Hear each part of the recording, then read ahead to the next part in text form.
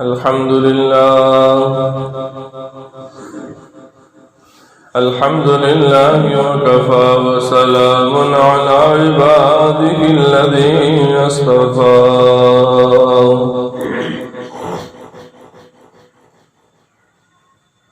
خصوصا على سيد الرسل وخاتم الأنبياء وعلى آله وصحابه نجوم الهدى وقادة التقى. أما بعد فقد قال الله تبارك وتعالى في الكلام المجيد والفرقان الحميد: أعوذ بالله من الشيطان الرجيم. بسم الله الرحمن الرحيم. هو الذي بعث في الأميين رسولا منهم يتلو عليهم آياته ويعلمهم الكتاب والحكمة. صدق الله العظيم. اللهم صل على محمد وعلى آل محمد كما صليت على إبراهيم وعلى آل إبراهيم إنك حميد مجيد. اللهم بارك على محمد وعلى آل محمد كما باركت على إبراهيم وعلى آل إبراهيم إنك حميد مجيد. گرامی قدر سامعین و بزرگان محترم، ربیع الاول کی آمد کے بعد سے حضور نبی اکرم صلی اللہ تعالیٰ علیہ وآلہ وصحبہ وسلم کی سیرت کے عنوان پر گفتگو ہو رہی تھی، اور شروع میں یہی آیت شریفہ تلاوت کی گئی تھی جس کی تفصیل بیان ہو رہی تھی. اس آیت کا لب لباب اور نچوڑ یہ ہے کہ اللہ تبارک و تعالیٰ نے آقا کریم صلی اللہ تعالیٰ علیہ وسلم کو دنیا کے اندر کیوں بھیجا، کیوں مبعوث فرمایا، ان کے بھیجنے کا مقصد کیا تھا. یہ مقصد اللہ تبارک و تعالیٰ نے اس آیت شریفہ کے اندر بیان فرمائے ہیں. مقصد نمبر 1 پر گفتگو ہو رہی تھی اور آج بھی انشاءاللہ اسی پر ہوگی. اللہ تعالیٰ سے دعا ہے مجھے صحیح باتیں بیان کرنے کی، آپ تمام حضرات کو بغور سننے کی، اور پوری امت کو ان پر عمل کی توفیق عطا فرمائے. قرآن مقدس کی تلاوت کے لیے اللہ سبحانہ و تعالیٰ نے نبی پاک صلی اللہ تعالیٰ علیہ وآلہ وصحبہ وسلم کو دنیا کے اندر مبعوث فرمایا. نبی کو بھیجنے کا نمبر 1 مقصد جو اللہ نے اس آیت میں بیان فرمایا ہے وہ یہ ہے کہ نبی دنیا میں جائیں گے، ہم ان کے اوپر کتاب اتاریں گے. کتاب سے مراد اللہ تبارک و تعالیٰ کا کلام ہے، قرآن مجید ہے، کیونکہ یہی کتاب نبی پاک علیہ الصلاۃ والتسلیم کے اوپر 23 سال کے عرصے میں حضرت جبرائیل علیہ الصلاۃ والتسلیم کے واسطے سے اللہ تبارک و تعالیٰ نے نبی پاک صلی اللہ علیہ وسلم کے قلب اطہر پر اتاری. اسی کتاب کی تلاوت کو نبی پاک صلی اللہ علیہ وسلم نے دنیا میں آ کر کیا، لوگوں کو سنایا، لوگوں کو اس کتاب کے ذریعے سے سمجھایا. بہرحال قرآن مقدس کے پڑھنے والے، اس کو لینے والے اور اس سے فائدہ اٹھانے والے الگ الگ قسم کے لوگ ہوئے. ایک جماعت نے قرآن مقدس کو کھانے اور کمانے کا ذریعہ بنا لیا، جو جماعت کسی کام کی نہ رہی. دنیا میں بھی اس کو کیا ملا، اور آخرت میں ظاہر سی بات ہے کہ اسے کچھ ملنے والا نہیں ہے. بہرحال نمبر 2 پر بعض لوگوں نے، ایک جماعت نے قرآن مقدس کی عربی لطافت کی وجہ سے، اس کی فصاحت و بلاغت کی وجہ سے اور اعلیٰ سے اعلیٰ ترین اس کے عربی ادب کی وجہ سے اپنے عربی ادب کو اعلیٰ کرنے کے لیے قرآن مقدس کو پڑھا۔ اس میں مسلمان، اس میں غیر مسلم بہت سے لوگ شامل ہیں جن کا قرآن کریم کی تلاوت کا مقصد کہ ہم اچھی سے اچھی عربی جاننے والے بن جائیں اور اعلیٰ سے اعلیٰ عربی بولنے والے بن جائیں اور عربی زبان پر ہمیں پوری طور پر مہارت ہو۔ ظاہر سی بات ہے کہ اس جماعت نے بھی قرآن مقدس کے ذریعے سے کچھ حاصل نہیں کیا۔ ایک جماعت وہ تھی کہ جن کے سامنے نبی پاک علیہ الصلوۃ والتسلیم کا وہ ارشاد ہے کہ نبی پاک علیہ الصلوۃ والتسلیم نے فرمایا کہ قرآن مقدس کے ایک ایک حرف کے بدلے 10 نیکیاں ملتی ہے۔ نبی جی نے فرمایا کہ میں نہیں کہتا کہ الف لام میم ایک حرف ہے، بلکہ الف ایک حرف ہے، لام ایک حرف ہے، میم ایک حرف ہے۔ ظاہر سی بات ہے کوئی بندہ الف لام میم پڑھے گا جو قرآن مقدس کے حروف مقطعات میں سے ایک مقطع ہے، ایک قطعہ ہے، اگر اسے پڑھے گا تو اسے 30 نیکیاں ملے گی۔ تو یہ ارشاد نبی کا ایک جماعت کے سامنے تھا، تو انہوں نے قرآن مقدس کی تلاوت عبادت کے لیے کی۔ ظاہر سی بات ہے کہ جنہوں نے اس کتاب مقدس کی تلاوت عبادت کے لیے کی انہوں نے بھی بہت کچھ حاصل کر لیا کہ اللہ تبارک و تعالیٰ کا کلام اور اس کے پڑھنے کی توفیق مل جانا اور وہ بھی عبادت کی نیت سے قرآن کریم کی تلاوت کرنا،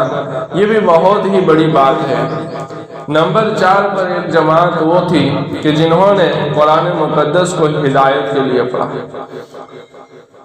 اور انہوں نے عبادت والی جماعت سے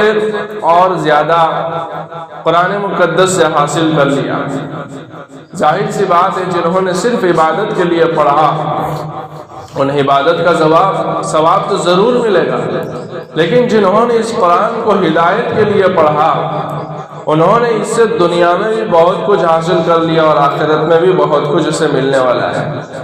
اور قرآن مقدس ہدایت ہی کے لیے اللہ تبارک و تعالیٰ نے نازل فرمایا ہے۔ جب ہم قرآن مقدس کو شروع کرتے ہیں پہلی سورت قرآن مقدس میں سورۃ الفاتحہ ہے، وَلَضَّالِّينَ پڑھتے ہیں، اس کے بعد دوسری سورت سورۃ البقرہ کے نام سے شروع ہوتی ہے۔ جب اسے شروع کرتے ہیں اللہ تبارک و تعالیٰ کا کلام شروع ہوتا ہے، بسم اللہ الرحمن الرحیم، الف لام میم، ذالک الکتاب لا ریب فیہ ھدی للمتقین۔ اس کتاب میں کوئی شک و شبہ کی گنجائش نہیں ہے، یعنی قرآن مقدس کو اللہ نے اس طرح شروع فرمایا، الف لام میم، اس کے معنی تو اللہ جانتے ہیں۔ ذالک الکتاب لا ریب فیہ، یہ جو میرا کلام ہے، یہ جو میری کتاب ہے جس کو تم پڑھنا شروع کر رہے ہو، اس کے اندر کسی طرح کی کوئی شک و شبہ کی گنجائش بالکل بھی نہیں ہے۔ ھدی للمتقین، آگے فرمایا کہ تقوی والوں کے لیے یہ کتاب ہدایت ہے، ہدایت کی کتاب ہے۔ اور پھر تقوی والے کون ہیں اس کا آگے تھوڑا تفصیل سے بیان کیا گیا ہے کہ الذین یؤمنون بالغیب ویقیمون الصلاۃ ومما رزقناہم ینفقون والذین، اور اس کے بعد بھی الگ اس کے صفات بیان کیے گئے ہیں، تقوی والے شمار کرائے گئے ہیں، لیکن بتانا یہاں یہ مقصد ہے کہ ایک جماعت جس نے قرآن مقدس کو عبادت کے لیے پڑھا اس نے بھی قرآن مقدس سے بہت کچھ حاصل کیا، اور ایک جماعت اس سے اعلیٰ جنہوں نے قرآن مقدس کو اپنی ہدایت کے لیے پڑھا انہوں نے بھی قرآن مقدس سے دنیا اور آخرت میں بہت کچھ اپنے جولی کے اندر حاصل کر لیا، سمو لیا۔ قرآن مقدس ہدایت کی کتاب ہے، اس کو ہی قرآن مقدس نے ایک دوسری جگہ اس طور پر بیان فرمایا ہے، شہر رمضان الذی انزل فیہ القرآن ھدی للناس وبینات من الھدی والفرقان۔ رمضان المبارک کا مہینہ وہ مہینہ ہے الذی انزل فیہ القرآن، جس کے اندر قرآن مقدس جیسی کتاب نازل کی گئی، اتاری گئی، ھدی للناس، یہ ہدایت ہے، یہ کتاب، یہ قرآن ہدایت ہے تمام انسانیت کے لیے، وَبَيِّنَاتٍ مِّنَ الْهُدَى وَالْفُرْقَانِ، اور اس کے قرآن مقدس سے صاف طور پر رہنمائی حاصل کی جاتی ہے، دلیل اور حجت قائم کی جا سکتی ہے، اور فرقان، اور دونوں راستوں کو یہ کتاب کھول کھول کر کے بیان کر دیتی ہے کہ یہ راستہ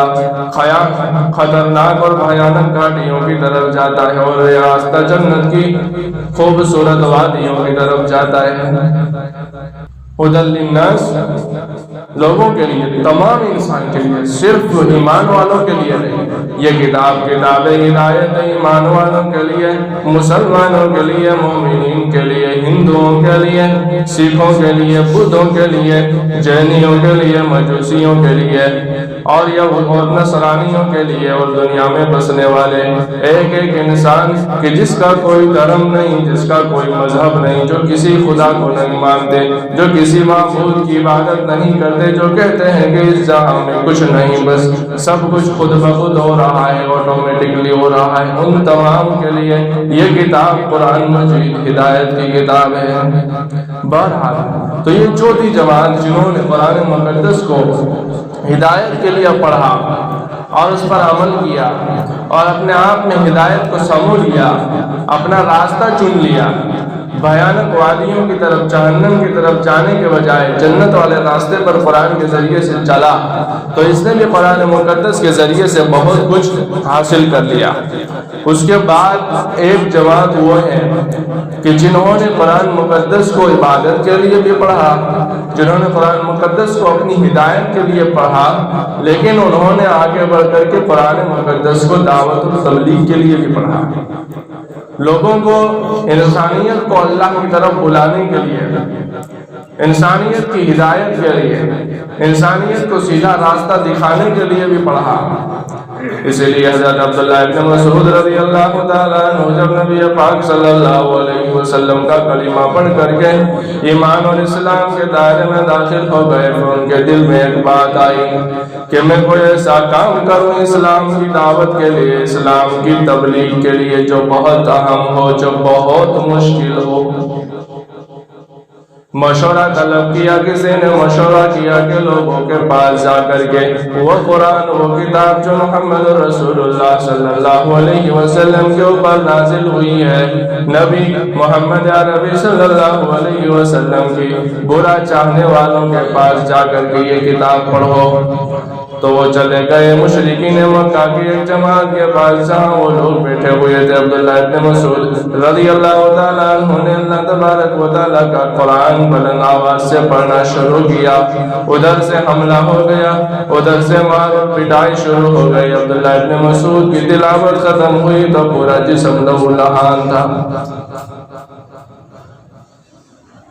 اور عبداللہ ابن مسعود رضی اللہ تعالیٰ عنہ نے تو ایمان لانے کے بعد پہلی مرتبہ ہمت کی تھی، مگر میرے آقائے مکی و مدنی حضرت محمد عربی صلی اللہ علیہ وسلم نے اپنی پوری زندگی قرآن مقدس کو عبادت کے لیے تو پڑھا، اپنی ہدایت کے لیے تو پڑھا، لیکن لوگوں کا جہاں ہجوم دیکھا، ایک بندہ دیکھا، دو دیکھے، پانچ دیکھے، جماعت دیکھی، جہاں بازار دیکھی، جہاں میلہ دیکھا، جہاں انسانوں کو دیکھا، جہاں جناتوں کو دیکھا، وہاں نبی پاک علیہ السلام نے دعوت و تبلیغ کے لیے قرآن مقدس کو ان کے پاس جا کر کے پڑھا، اور اس قرآن کی ایک ایک آیت کے برکت سے، ایک ایک آیت کے صدقے میں اور اس کے نتیجے میں بڑے بڑے یہودیوں کے عالم اللہ تبارک و تعالیٰ کی اس کلام کو سن کر کے اور نبی پاک علیہ السلام کی مبارک زبان سے اس کتاب کی تلاوت کو سن کر کے، کہ جس تلاوت کے لیے نبی پاک صلی اللہ علیہ وسلم کو دنیا کے اندر مبعوث کیا گیا تھا، سن کر کے بڑے بڑے یہودی عالم نبی پاک صلی اللہ علیہ وسلم کے اوپر ایمان لے آئے۔ بڑے بڑے قبیلے صرف اس قرآن مقدس کی تلاوت کو سن کر کے ایمان لے آئے، اور وہ ہکا بکا رہ گئے، حالانکہ وہ زمانے کی شعر و شاعری کا زمانہ تھا، اور ایک ایک عربی کو زمانہ جاہلیت میں اپنے اونٹوں کے پوری نسل کے نام شعر و شاعری میں یاد تھے، اپنے گھوڑوں کے پوری پوری نسل کے نام شعر و شاعری میں یاد تھے، ہزاروں کی تعداد میں ایک ایک بندے کو اشعار یاد تھے عربی میں، ان کو اپنی عربی پر ناز تھا، ان کو اپنی شعر اور شاعری پہ ناز تھا، ان کی مجلسیں لگا کرتی تھی، ان کے محفلیں منعقد ہوتی تھی اور اس پر واہ واہ ہوتی تھی، ایک دوسرے کا مقام اور مرتبہ ان کی اپنی اشعار کی یادداشت پر طے ہوتا تھا۔ ان سب کے باوجود بھی جب انہوں نے خداوند قدوس کی اس کتاب کو، جس کی تلاوت کے لیے نبی پاک صلی اللہ علیہ وسلم کو اللہ نے دنیا میں مبعوث فرمایا، سنا تو کہنے لگے کہ یہ نبی پاک علیہ السلام کا اور انسان کا بنایا ہوا کلام نہیں ہے، یہ کلام اللہ کا کلام ہے۔ اپنے اپنے قبیلوں میں جا کر کے کہا کہ ہم نے ان سے جو کلام سنا ہے، ہماری کھوپڑی میں وہ آواز آج تک ایسے کلام کی نہیں گئی، ہمارا بھیجا جواب دے گیا۔ ہم نے بہت اشعار سنے، بڑے بڑے شعراء کو سنا، ان کا کلام سنا، مگر ہم نے ایسا کلام کسی انسان سے نہیں سنا۔ وما هو بقول الشاعر،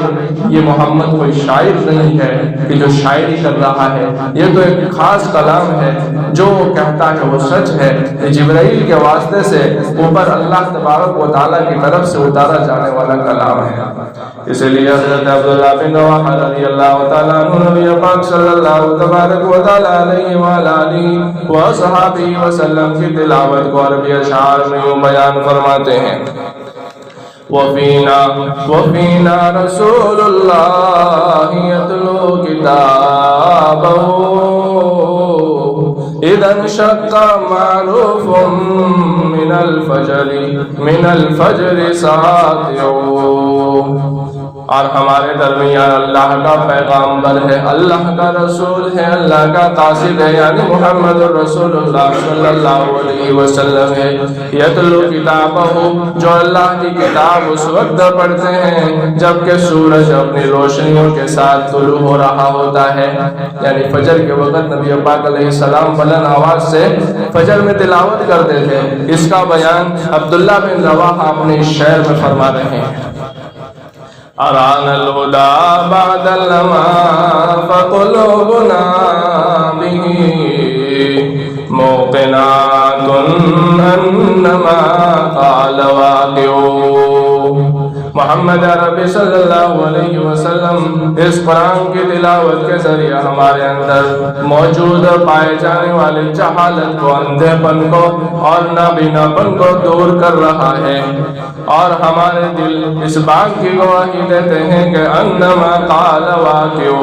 اور محمد عربی صلی اللہ علیہ وسلم اپنی زبان سے جو جملہ بھی نکال رہے ہیں، آج کے متعلق، کل کے متعلق، پرسوں کے متعلق، ایک مہینے کے بعد کے متعلق، ایک سال کے بعد کی پیشن گوئی کر رہے ہیں، 100 سال کے بعد کی پیشن گوئی کر رہے ہیں، 1400 سال کے بعد کی پیشن گوئی کر رہے ہیں، کیسر و کسریٰ کے تخت و تاج کی پیشن گوئیاں کر رہے ہیں۔ وہ پورے انسانیت کے ایک ایک مکان میں نبی پاک صلی اللہ علیہ وسلم کا لایا ہوا دین پہنچانے کی جو بات کر رہے ہیں، اس وقت کی سپر پاور کی فتح یابی کی جو بات کر رہے ہیں، مسجد اقصیٰ کی آزادی کی جو بات کر رہے ہیں، وہ لوگوں کو تمام کے تمام لوگوں کی ہدایت کی جو بات کر رہے ہیں، وہ تمام ایک دن ہونے والا ہے۔ یبیت یجافی جنبہ عن فراشہ اذا استثقلت بالمشرکین المضاجع۔ نبی پاک علیہ الصلوۃ والتسلیم کا حال یہ ہے کہ اللہ تعالیٰ کی کتاب پڑھنے کے لیے وہ صبح سویرے اور فجر سے پہلے اس وقت اپنے بستر کو چھوڑ دیتے ہیں اور تہجد میں کھڑے ہو جاتے ہیں، جبکہ مشرکین کے غلط اور ناپاک جسم کی وجہ سے ان کے بستر بوجھل بنے ہوئے ہوتے ہیں۔ یعنی جس وقت کے غیر مسلم لوگ اپنے اپنے بستروں پر بوجھ بنے ہوئے پڑے رہتے ہیں، اس وقت میرے آقا مکی مدنی حضرت محمد عربی صلی اللہ علیہ وسلم اٹھ جاتے ہیں، رات کے آدھی رات کو اٹھتے ہیں اور 2/3 رات کے بعد اٹھ جاتے ہیں اور تہجد میں کھڑے ہو جاتے ہیں اور اللہ تبارک و تعالیٰ کی کتاب کی تلاوت کرتے ہیں۔ تو نبی پاک علیہ السلام کو دنیا میں بھیجے جانے کا مقصد میں بیان کر رہا ہوں۔ ربیع الاول کے بعد سے ہم نے عنوان شروع کیا تھا اور اسی آیت کو لیا تھا، لیکن اس کے بعد بعض معارضات کی وجہ سے کچھ بات دوسرے پہلو کی طرف چلی گئی تھی، حالانکہ سیرت ہی عنوان پر تھی، مگر اس آیت کی تفصیل چھوٹ گئی تھی۔ نبی پاک صلی اللہ علیہ وسلم کو دنیا میں اللہ نے کیوں بھیجا، وہ اس آیت میں اللہ نے بیان فرمایا وَالَّذِي بَعَثَ فِي الْأُمِّيِّينَ رَسُولًا مِّنْهُمْ يَتْلُو عَلَيْهِمْ آيَاتِهِ، اور وہ ذات وہی ہے جس نے امیوں میں یعنی ان پڑھ لوگوں کے اندر جنہیں لکھنا پڑھنا نہیں جانتا، نہیں معلوم تھا، بَعَثَ فِي الْأُمِّيِّينَ رَسُولًا، ایک پیغمبر بھیجا، ایک قاصد بھیجا، ایک رسول بھیجا۔ ان کا کام یہ ہے دنیا میں بھیجنے کا مقصد یہ یتلو علیہم آیاتی، کہ میری کتاب پڑھ پڑھ کر کے انہیں سنائیں گے، اس کی تلاوت دن کو کریں گے، رات کو کریں گے، صبح کو کریں گے، شام کو کریں گے، اٹھتے کریں گے، بیٹھتے کریں گے، لیٹے لیٹے کریں گے، جب ان کی مرضی آئے گی قرآن کریم کی تلاوت کریں گے، بازاروں میں کریں گے، منڈیوں میں کریں گے، میلوں میں کریں گے، انسانوں کے پاس کریں گے، جناتوں کے پاس کریں گے، زمین پر کریں گے اور فضاؤں میں کریں گے۔ صلی اللہ تعالی علیہ وعلی آلہ وصحبہ وسلم، جزا اللہ عنا محمدا وهو أهله صلی اللہ علیہ وسلم۔ یا رب صل وسلم دائما ابدا على حبیبک خیر الخلق كلهم، اللهم صل على محمد وعلى آل محمد وانزله المقعد المقرب عندك، آمین۔ وصلی اللہ تعالی علی خیر خلقہ محمد وصحبہ اجمعین، وآخر دعوانا الحمد للہ رب العالمین۔